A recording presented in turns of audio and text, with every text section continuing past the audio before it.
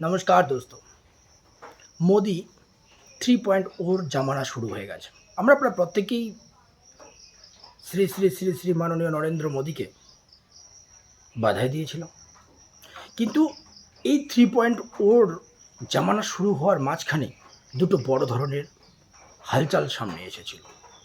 একটি হলো share market, দ্বিতীয়টি হলো নিট এক্সাম।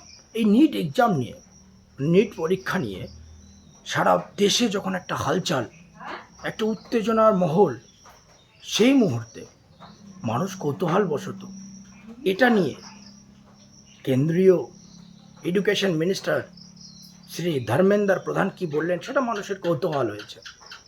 এবং সাধারণত এই সমস্ত যারা নেতৃত্ব আছে, নেতা আছে, তারা বিশেষ কিছু বার্তা দিতে গেলে বা কোনো রকম কোনো গুরুত্বপূর্ণ বার্তা যদি দেয়, সেটা টুইটারে দেয়, টুইটার হ্যান্ডেলে বা এক্স হ্যান্ডেলে দেয়। তাই যে সমস্ত মানুষ একটু কৌতূহলী, ইনফরমেশন রাখে, ইনফরমেশন কালেক্ট করে, তারা কিন্তু শ্রী ধর্মেন্দ্র প্রধানের টুইটার হ্যান্ডেলে স্ক্রল করতে থাকে, করতেই থাকে, কিন্তু কোথাও একজন এডুকেশন মিনিস্টার, শিক্ষামন্ত্রীর টুইটার হ্যান্ডেলে শিক্ষা নিয়ে কোনো বার্তা পায় না। কি থাকে? মোদি ও, মোদি 3.0, মোদি ফির সে আয়েগা, 400 পার, এইসব পোস্ট। তখনই এই মুহূর্তে ভারতবর্ষে সবথেকে জনপ্রিয় ইউটিউবারের মধ্যে একজন অন্যতম ইউটিউবার ধ্রুব রাঠি একটি ভিডিও করে, একটি কন্টেন্ট ক্রিয়েট করে এই এডুকেশন সিস্টেম নিয়ে, নিট এক্সাম নিয়ে, ধর্মেন্দ্র প্রধানকে নিয়ে। কি বলল ধর্মেন্দ্র ভাই, কি বলল ধ্রুব রাঠি ভাই, একটু শুনে নিই। ধার্য বিষয়। ধ্রুব রাঠির ভিডিওর পরেই সকাল সকাল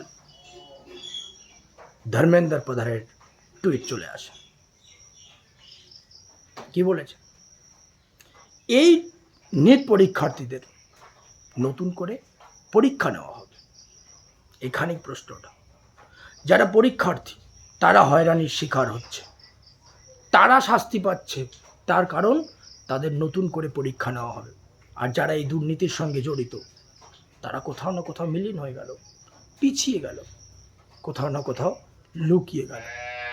তাহলে যাই করো, সব দিকে ক্ষতি জনতার। তবে একটা কথা মানতে হবে ভাই, ভারতবর্ষে যে যাই বলুক, এই ধ্রুব রাঠি একটা ঘুমন্ত সরকারকে জাগিয়ে তুলেছে। কারণ এতদিন থেকে যে ধর্মেন্দ্র প্রধান একজন এডুকেশন মিনিস্টার, সেই মিনিস্টার কোনো রকম বার্তা দিচ্ছিল না। এই নিট এক্সাম নিয়ে যখন ভারতবর্ষে একটা হালচাল মহল, তারপরও কোনো বার্তা আসছিল না।